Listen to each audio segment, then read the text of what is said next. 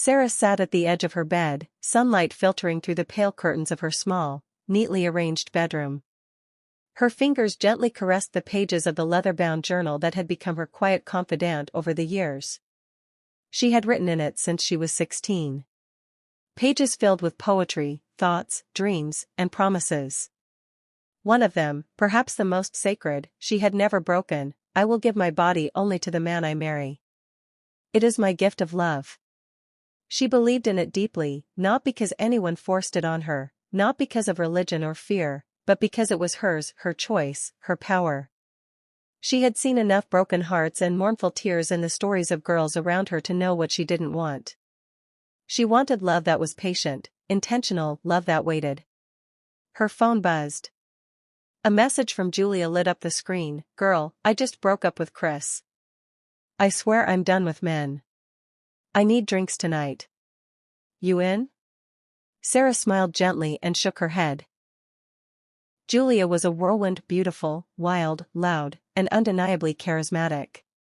She'd had more boyfriends than Sarah had pens in her drawer. Every breakup came with fireworks and drama, but Julia always bounced back, sometimes stronger, sometimes just more wounded. Still, Sarah loved her like a sister. They had been friends since high school. While they shared late-night ice cream sessions and movie marathons, their values clashed often, especially about love and sex. Julia had rolled her eyes countless times at Sarah's virgin talk. "You really going to keep that thing locked up till marriage?" she once said during a sleepover, tossing popcorn at her. "Yes," Sarah replied without flinching. "It's mine to give, not to waste." "You sound like a nun," Julia scoffed. "What if you marry someone and the sex is trash?" "I'll cross that bridge when I get there. I'm not afraid of bad sex.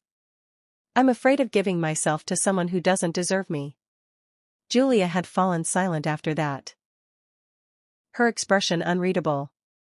A flicker of something, maybe envy, maybe confusion, passed over her face before she laughed it off. "Well, I guess someone has to be the unicorn in private moments." Sarah sometimes wondered if she was being too idealistic. The world didn't seem to value what she did, but she always returned to her truth. She didn't owe anyone her body, no matter how modern the world had become. That night, she scribbled in her journal again. "I will wait, not because I am afraid of the world, but because I am certain of my worth. My body, my soul, my love. It will not be bartered, only offered freely, wholly to the one who is worthy." Outside the city buzzed as it always did. Parties, hookups, heartbreaks. But inside that room, Sarah held to her promise like a quiet light. Small but unshakable. She didn't know it yet, but that promise would be tested in the cruelest way. And though the world would try to break her, it would never take away the truth of who she was. Friday had never felt so long. Sarah sat through her final lecture of the day, her notes meticulous as usual. Her pen moved in soft, even strokes as the professor spoke about social structures and modern identity. She was present, but somewhere inside she was distracted. Julia had been texting her all day about outfits, makeup, and tonight. Julia's latest breakup had been loud. She had stormed out of her boyfriend's apartment 2 nights ago and made it her mission to let loose for the weekend.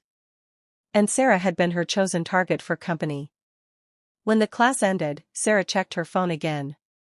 "Julia at 4:32 p.m. Girl, don't bail on me. I need you tonight. 1 hour. Just one. You promised to be more spontaneous this year." Sarah sighed and replied, "4:34 p.m. Julia, I'm not sure clubs are my thing, and I don't want to be out late. I have my shift tomorrow, Julia. 4:34 p.m. 1 hour. Promise. No pressure. I'll even pay for your drink. You'll wear that black dress I like. I'm picking you up at 9 o'clock. No excuses. Love you." There it was. Julia's classic blend of guilt-tripping and affection. Sarah chuckled to herself. She had already learned that saying no to Julia meant multiple voice notes, memes, and maybe even an unexpected visit. She closed her notebook and made her way home through the early evening crowd. The city was alive, cars honking, vendors calling, the air thick with that unmistakable mix of spice, sweat, and ambition. By 8:30 p.m., Sarah stood in front of her mirror. The black dress Julia liked was tight, but not revealing. Her hair was pulled into soft curls. Her face bare of makeup except for a gloss that shimmered under the yellow light bulb overhead. She didn't feel excited. She felt unsure. She stared at her reflection. "Just 1 hour," she whispered. A loud honk startled her. Julia's car. The ride was filled with Julia's energy. She wore a red crop top and ripped jeans, face painted like a magazine cover. Her perfume filled the car, fruity and strong. The windows were down. The music was loud. "I'm so glad you didn't bail," Julia shouted over the song. "I'm still not sure about this," Sarah replied, voice low. "Oh, come on. Live a little. You'll be out by 10 o'clock. I swear." The club was packed when they arrived. Neon lights pulsed against the dark walls. People danced with a kind of reckless joy Sarah had never seen outside of movies. The air was electric, sweaty, smoky, wild. "I'll get us drinks," Julia yelled. Sarah made her way to a quieter corner, her eyes wide, her senses overwhelmed. Music thumped through her chest. She felt like a foreigner in a different country. This was not her world. Julia returned, holding 2 glasses. "Coke for you," she said, handing Sarah the drink. "Tequila for me." Sarah smiled nervously. She took a sip. Cool, sweet, a little fizzy, maybe a bit bitter, but she figured club drinks always tasted weird. "I'll go say hi to a friend I spotted," Julia said with a wink. "Back soon." Sarah nodded and kept sipping.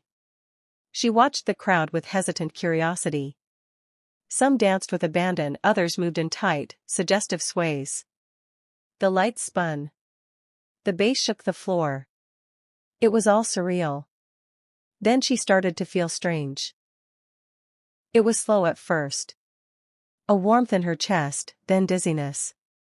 The edges of her vision softened. Her body felt heavy and light at the same time. Her heart rate picked up. She blinked. Everything looked dreamlike now, like she was floating. She didn't notice Julia watching from across the room, smiling, then vanishing into the crowd. Her cup was half empty. A man approached. She didn't know his name.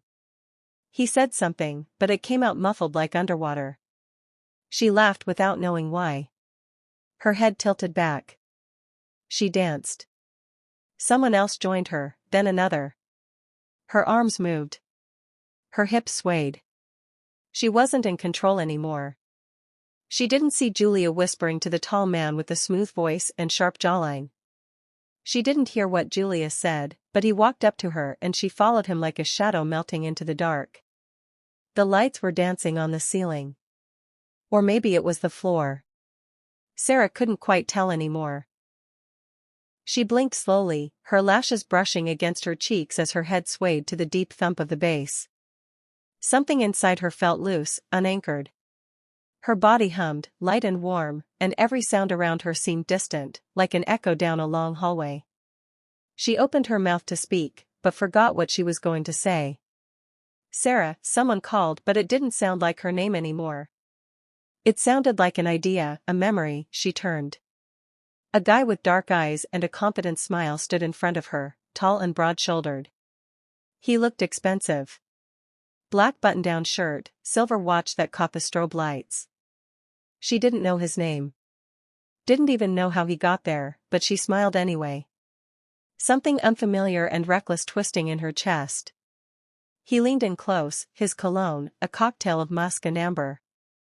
"You look like you could use some fun," he said near her ear, his voice smooth, amused. She laughed, a soft, involuntary giggle, and nodded. She didn't even know what he meant. Her drink was nearly finished. The taste of Coke lingered on her lips, but something about it had felt off, bitter, metallic. She couldn't place it, didn't want to. She was spinning again. The guy, his name was Edmund, though she wouldn't remember it until much later, placed a hand on her lower back and guided her toward the dance floor. She didn't resist. She didn't even realize she was moving until she felt the bodies brushing against her from every side. The heat of the crowd pressing in like walls. He danced close, too close. His breath ghosted her neck as he moved with practiced ease. His hands never venturing too far, never too fast, but always there. Sarah moved too, not quite herself, not quite present. Her head tilted back once, and for a second she caught a glimpse of Julia leaning against the bar, laughing with a guy, sipping her tequila like nothing in the world mattered. Their eyes met briefly. Julia raised her glass in a mock toast. Sarah blinked and the moment was gone. Back on the dance floor, Edmund leaned in again, closer this time. His voice was low but clear, cutting through the fog in her mind. "You want to get out of here?" Sarah frowned slightly. The question floated toward her like a balloon. She blinked. He repeated it slower, softer, like a secret. "Do you want to come with me?" Her lips parted. She tried to process the words. They didn't land, but the voice, it was soothing, gentle. She nodded before her brain had finished understanding what she was agreeing to. He smiled. That was all the answer he needed. He took her hand and she followed, the lights growing dimmer behind her, the music fading into a muffled pulse. She didn't look back. She didn't see Julia watching from across the club, arms folded, a triumphant glint in her eyes. Outside, the air hit her like a slow slap. Cool, heavy with exhaust and neon. Edmund's car was sleek, black, expensive. She sank into the passenger seat, the leather cool against her skin. She closed her eyes. Everything was soft now. The ride was quiet. When they arrived at the hotel, she barely noticed the valet, the elevator, the key card beep. The room was luxurious. High windows, silk sheets, city lights twinkling far below. Edmund helped her to the bed. "Are you okay?" he asked, brushing her hair from her face. She nodded. Or thought she did. His touch was gentle at first. His lips brushed hers tentative, then bolder. She didn't speak. She didn't stop him, but she didn't understand. Not really. Clothes disappeared. His breath grew heavier. Hers was shallow and focused. Then something changed. A pause. A whisper in the dark. He froze. She flinched. He pulled back, staring at her. What the hell? His eyes widened with realization. She was a virgin. It was unmistakable. Edmund sat up slowly, dragging his hands down his face. His mind raced. Shame clawed at his throat. He looked at her, still lying there, dazed, silent, confused. He didn't know what to do. He hadn't planned this. He hadn't known. God, he hadn't known. He dressed quietly, his movements sharp with guilt. He opened his wallet, pulled out a stack of bills, $1,000, and placed it on the bedside table. He grabbed the notepad from the hotel drawer, and scribbled 2 words. "I'm sorry." Then he left. The door clicked shut behind him, and Sarah, still tangled in silk sheets, floated in a silence so deep, so vast that she could no longer hear her own heart. The morning came in softly, its arrival marked not by alarm clocks or bird song, but by the pale golden light slipping between the cracks of floor-to-ceiling curtains. Sarah stirred, her head pounded with a strange hollow rhythm. Her eyes fluttered open, lids heavy, lashes sticking together. The air smelled unfamiliar, expensive, clean, sterile. She blinked again. A soft ceiling above her, a high ceiling, white, nothing like her room. Her brows furrowed as confusion pressed in. She tried to sit up, but the ache between her thighs stopped her short, a sharp foreign pain. Her hands instinctively gripped the sheet, dragging it over her chest as she slowly pushed herself upright. Her dress no longer on her. A man's button-down shirt was wrapped loosely around her frame. Her bra lay crumpled beside the bed. Her underwear gone. A scream began to rise in her throat, but it never left her lips. She felt frozen, like her body no longer belonged to her. Her hands shook as she pulled the shirt tighter around herself, heart hammering against her ribs. Then she saw it, the envelope, neat, resting by the pillow just beside a cold glass of water and a folded piece of paper torn from a hotel notepad. On the envelope in thick black ink, "For you." She reached out slowly like she was touching something that might explode. Inside a neat stack of cash, her hands trembled harder on the folded paper. "I'm sorry." No name, no explanation, just 2 words. That's when it hit her. The memory didn't come in full. It came in flashes, colorless, soundless, violent in their incompleteness. The club. Julia handing her the drink. The warmth spreading in her limbs. The music becoming distant. A man's voice. A car. A kiss. Skin. Pain. Silence. Sarah doubled over, gasping. Her chest heaved. Her stomach twisted. She stumbled to her feet, nearly falling as her legs buckled. She rushed to the bathroom and collapsed to her knees beside the toilet, vomiting until her throat burned. And there was nothing left but air and dry sobs. She gripped the rim of the sink and looked into the mirror. The girl staring back was not her. Red eyes, smudged makeup, bruised lips, a scratch on her shoulder she didn't remember getting. She started to cry, slow at first, then uncontrollably. The sobs tore from her, echoing in the marble walls of the hotel bathroom. Her body felt foreign, violated. The sense of loss went beyond flesh. It pierced something sacred in her spirit. I was saving it. The words screamed in her mind like a broken record. I was saving it. The taxi ride home was a blur. She had slipped out of the hotel wrapped in shame. The envelope stuffed into her handbag like a curse she couldn't let go of. She didn't even know where she was when she called the ride. Just gave her home address in a voice that barely worked. She kept her head down as the car moved through the busy Saturday streets. She didn't speak. She barely breathed. The world outside the window moved oblivious. Children playing, couples walking hand in hand. Normal life. She felt miles beneath it all. When she got home, her room felt like a stranger's space. Her bed too neat. Her mirror too honest. She dropped her bag on the floor and sat on the edge of her mattress like she was balancing on the edge of a cliff.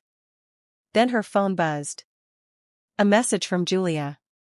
"Julia, hope you got home safe. Last night was wild.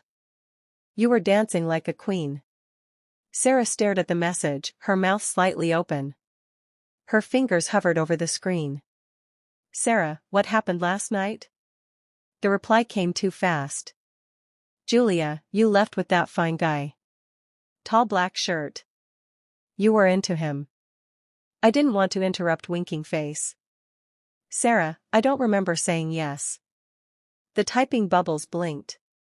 "Julia, girl, you were vibing. Don't make it weird. You literally smiled and followed him. You're not a baby, Sarah." A scream built in Sarah's throat, but died there. Her hands clenched the phone so tightly she thought it might snap. She threw it across the room. It hit the wall and fell face down, buzzing again. She didn't check it. She lay back on her bed and curled into herself like a child, like someone broken. She cried until she couldn't.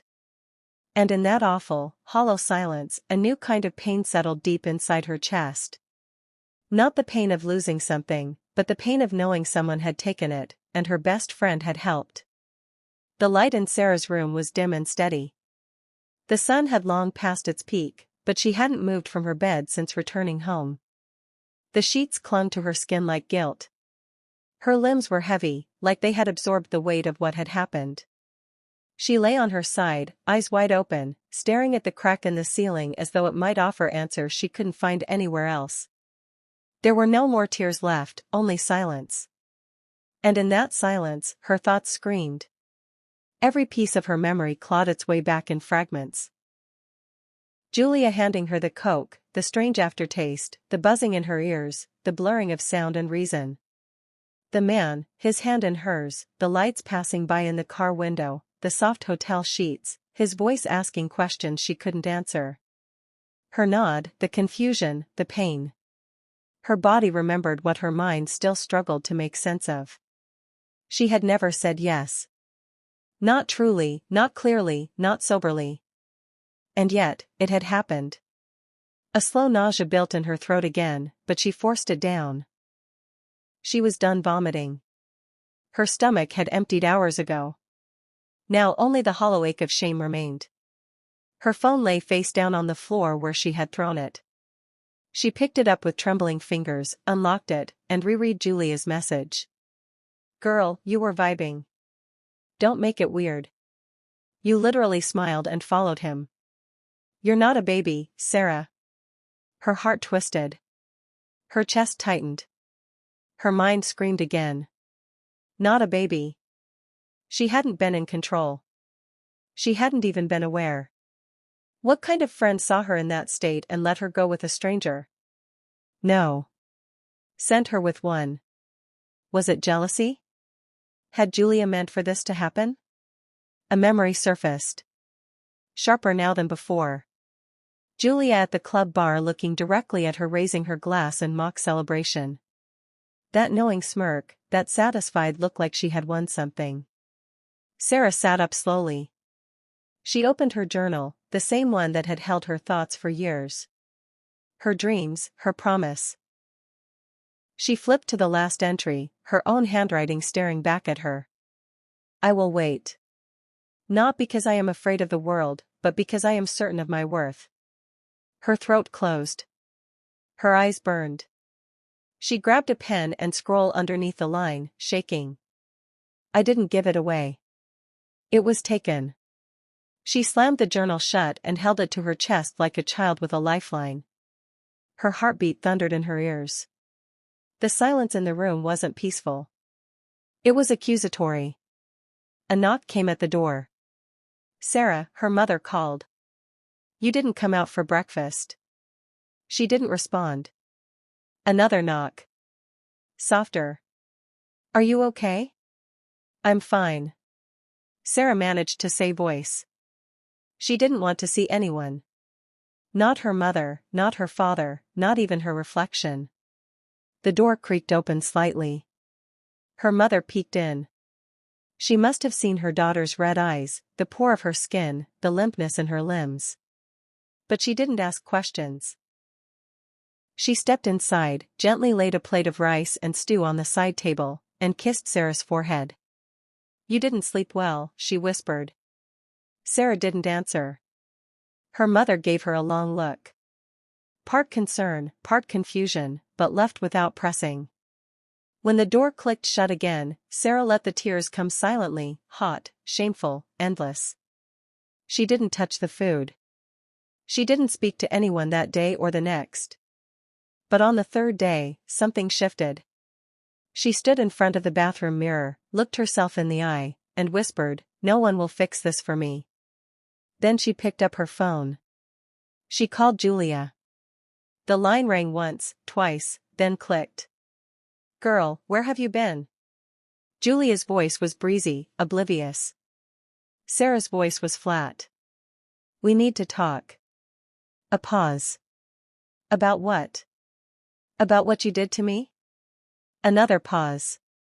Longer, sharper. I didn't do anything to you, Julia said, now defensive. Don't start acting like I drugged you. You were drunk. I don't drink. You know that. Sarah scoffed, but it lacked conviction. You were fine. You were dancing. You left with him. You literally said yes. I wasn't in control. Sarah said, her voice cracking. You knew I didn't know what I was doing. Silence again. You're making this too deep. Julia finally muttered. Sarah let the silence between them stretch. Deep. Cold. Final. I trusted you. She whispered. And you watched me fall. She hung up. This time the silence in her room wasn't empty. It was the beginning of a choice. She didn't know what came next. But she knew one thing. She would never be that trusting girl again. The first wave of nausea came 2 weeks later. It was sharp and sudden, twisting her insides before she even made it to the bathroom. Sarah clutched the sink, her knuckles white as her stomach convulsed. She spat out bile, trembling, her forehead damp with sweat. She sat on the floor afterward, knees pulled to her chest rising and falling too fast, too shallow. The room swayed around her. It happened again. Then the next day and again 2 mornings after that she tried to explain it away. Maybe stress, maybe bad food. Her body had been through a storm and maybe it hadn't recovered. But something deeper stirred inside her. Annoying, a fear too terrifying to name. The moment she picked up the pregnancy test in the pharmacy, her hands wouldn't stop shaking. She wore a hoodie head down, avoiding eye contact with anyone around. When the pharmacist asked, "Do you want a bag?" she nodded without speaking. Her voice had stopped being useful since that night. She waited until the house was quiet. Her parents were out. She locked the bathroom door, slid to the floor, and opened the box with trembling fingers. Minutes later, she stood frozen. 2 pink lions stared back at her. Pregnant. She didn't scream. She didn't cry. Not at first. She just stared like the world had cracked in two and she was looking into the abyss. And then came the unraveling. She sunk to the cold tile floor, wrapped her arms around herself and wept. Got deep sobs, the kind that came from places too raw to name. She rocked back and forth, whispering to herself, "No, no, no, no." The weight of it crushed her. This wasn't just about her virginity anymore. This wasn't just about betrayal. This was a life inside her. The result of a night she hadn't chosen. The next days passed in a fog. She didn't tell anyone. She walked through the house like a ghost, eyes empty, voice barely above a whisper. Her mother noticed, asked questions Sarah couldn't answer. Her father frowned more than usual, mistaking her quiet for teenage angst. She couldn't stay. She couldn't bring shame to their door. Not when they had trusted her, loved her, raised her to believe in herself. She couldn't bear to see disappointment in their eyes, or worse, pity. So, she left. She wrote a note the night before. "I'm okay. Please don't look for me. I just need time." She packed a small bag, clothes, journal, the remaining money from the hotel envelope. It made her stomach turn every time she touched that money, but she couldn't deny it was the only thing keeping her afloat. She texted the one person she thought might help. Grace, a distant friend from her university days. Not close, but kind-hearted. The kind who always asked if you made it home safe after parties. The kind who didn't judge. When Grace opened her door the next morning, she didn't ask questions. She took one look at Sarah, pale, sunken-eyed, clutching her stomach, and stepped aside. "Come in." And just like that, Sarah collapsed into the arms of someone who hadn't betrayed her. Someone who didn't demand explanations. Grace offered her the small guest room and a warm meal. Sarah barely touched the food, but managed a week. "Thank you. You can stay here as long as you need," Grace said softly, placing a hand on her back. "And when you're ready to talk, I'll listen." Sarah nodded, but she wasn't ready. Not yet. The days that followed were hard. She took odd jobs, cleaning, helping in a salon, waitressing in a cafe that paid in cash, and didn't ask questions. Her feet ached. Her back hurt, but she endured. Every morning she woke up, gripped by anxiety, her hand instinctively resting on her belly. It was still small, just a bump, but it was growing quietly, steadily. So, she worked. She saved. She survived.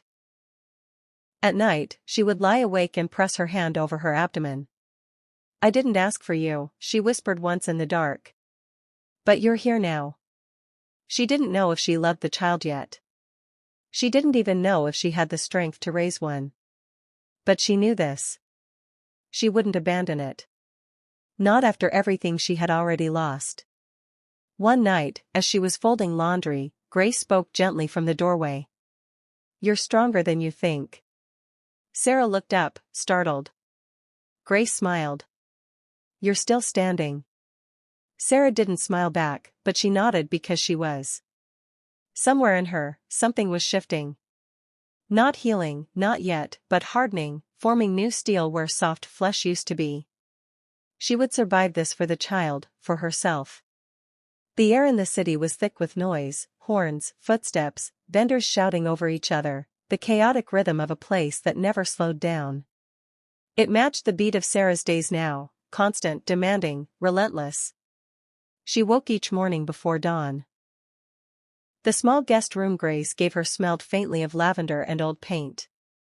The ceiling fan clicked when it spun like it had a secret it wanted to tell. She lay in bed for a moment each morning, hand over her belly, listening to the silence before the storm. Then she rose, dressed quickly, and left with her bag slung over her shoulder. Her first job was at a corner cafe, tiny, tucked behind a bookstore owned by a tired couple in their late 40s who barely spoke English, but appreciated her punctuality. She washed dishes there, cleaned tables, mopped the floors. Her hands were always raw by the time she left. By mid-morning, she walked 20 minutes across town to her second job. A makeshift boutique that paid her to fold clothes, tag them, and carry heavy boxes up a narrow staircase that made her knees ache. Her boss was kind, but distant, always chewing gum and shouting on the phone. He barely noticed when she winced from the strain of lifting boxes with her growing belly. Her evenings were split between rest and dread. She'd lie in Grace's guest room, muscles aching, eyes burning, legs swollen, but mind still racing. She couldn't afford to stop. She was saving every naira she could. Carefully slipping cash into a zippered pouch she kept hidden under the mattress. She'd labeled the pouch in small black letters. "For us." She wasn't showing much yet. At around 3 months, her bump was a soft curve, just enough to notice if you looked, just enough to hide under loose clothes. But she felt it, the tightness, the fatigue, the strange sense that someone else was in her body, growing silently, making space for themselves inside her ribs. Sometimes, while waiting for the bus home, she'd place a hand protectively over her stomach. Not for comfort, for assurance, to remind herself that there was a reason she was still standing. She didn't complain. Even when her ankles swelled or her fingers cramped from cleaning grease off cafe pans, she didn't tell Grace the details of what happened. Not yet, but Grace seemed to understand without needing to know. She always left a warm plate on the table at night. Always checked in without prying. One day after Sarah came back late from work, Grace sat her down at the small table with a bowl of yam porridge and a glass of warm milk. "You can't keep doing this on your own," she said gently, handing her a spoon. Sarah didn't look up. "I don't have a choice." "You always have a choice." "Let me help." "You are helping," Sarah said, voice steady. "You gave me a place to stay." "I mean more than that." "I don't want pity, Grace." "It's not pity, it's care that silenced them both for a while." Then Sandra reached across the table and placed her hand over Sarah's. "You don't have to fight so hard to be okay. It's okay not to be." Sarah blinked fast, swallowing the lump rising in her throat. She hated crying in front of people. It felt like surrender, and she wasn't ready to surrender. Instead, she nodded and ate slowly. The food tasted like something that mattered. That night after her shower, she stood in front of the mirror, towel wrapped around her middle. She stared at the small bump pushing against her skin and whispered, "I'm trying." The baby didn't answer, but something inside her softened. She didn't know what the future looked like yet. Didn't know how long she could keep this up, but she knew this. She wouldn't quit. Not for the girl she had been. Not for the baby she was carrying. Not for the man who had disappeared with a note.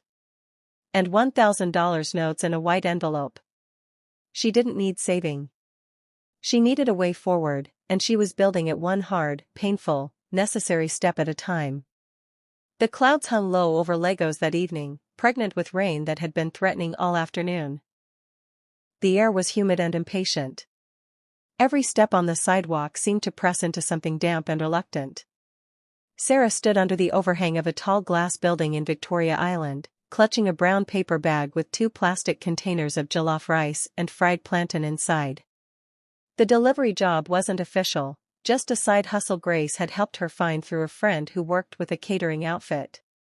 The money wasn't great, but it kept her moving, kept her useful. She looked up at the skyscraper, uneasy. Darren Industries, big name. Big men in suits walking in and out. The kind of place she would have once admired from afar, too clean and polished for someone like her. She adjusted the scarf around her shoulders, tugged her blouse lower to cover her growing belly. The wind picked up, and with it the first drops of rain.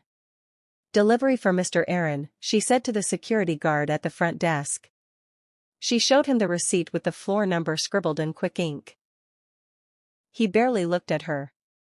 17th floor. "Just take the elevator." The lift opened with a soft chime and she stepped in, suddenly aware of her reflection in the mirrored walls. Tired eyes, hands dry from too much detergent. She pressed the button and avoided looking at herself too long. When the elevator doors slid open, she stepped onto a floor that felt like a different world. White marble floors, glass doors, elegant lighting, the smell of leather and cologne. She hesitated at the threshold of the reception area, unsure if she belonged in a space so still and manicured. "Miss, are you from Palms Catering?" a receptionist asked politely. Sarah nodded. "Mr. Aaron is expecting that. You can go right through." He ordered this himself, she thought. A man like that. She carried the bag down the hall and knocked once on the door at the end. "Come in," a deep voice called. She stepped inside.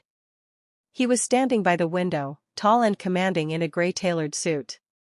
His back was to her. The skyline glittered behind him, scattered lights glowing through the light rain. "I brought your order," she said, voice quiet but clear. He turned. Their eyes met. And in that second, the world cracked. His face changed. She froze. It was him. The man from that night. The man she had followed blindly into the dark. The man who had left her in a hotel room with a note that said, "I'm sorry." Time collapsed. The memory crashed into her like a wave. The cold sheets, the silence, the 2 pink lines. She couldn't breathe. Edmund blinked slowly, recognition dawning across his face like sunlight breaking through clouds. His eyes dropped from her face to her belly. She instinctively pulled her handbag in front of it, but it was too late. His jaw tightened. "You," he breathed. "It's you." Sarah stepped back. "I didn't know," he said, hands raised like she was a frightened animal. "I swear to God, I didn't know it was you." She didn't speak. I thought maybe I'd imagined you that night." "You were so out of it. I didn't realize." "You didn't remember my name," she said barely above a whisper. "No," he admitted. "But I remember your face." Her grip on the paper bag faltered. "You're pregnant," he said softly. Sarah swallowed hard. Her body tensed. "It's none of your business." He nodded slowly, but something behind his eyes shifted. Thoughtful, calculating, she turned to leave. "Wait," she paused, hand already on the doorknob. He spoke gently now. No command, just curiosity. And something else she couldn't place. "How far along are you?" She glanced over her shoulder, just enough to let him see the guarded pain on her face. 3 months. His eyes widened slightly. 3 months. The timeline snapped into place. The club, the hotel, the night neither of them could fully forget. "Sarah," he said, finally remembering the name. Her lips trembled at the sound of it, not from affection, but from the unbearable weight of being seen. "I didn't come here for you," she whispered. "I came here to do a job." That's all I know. He stepped forward slowly. But what if I told you I want to make things right? She stared at him, eyes burning. You think you can? He didn't answer right away, he just looked at her, really looked. Not as a stranger from a night he regretted, not as a mistake to be erased, but as a woman who stood in front of him with fire in her chest and life in her womb. Maybe for the first time, he saw the full truth. And she didn't care if he did.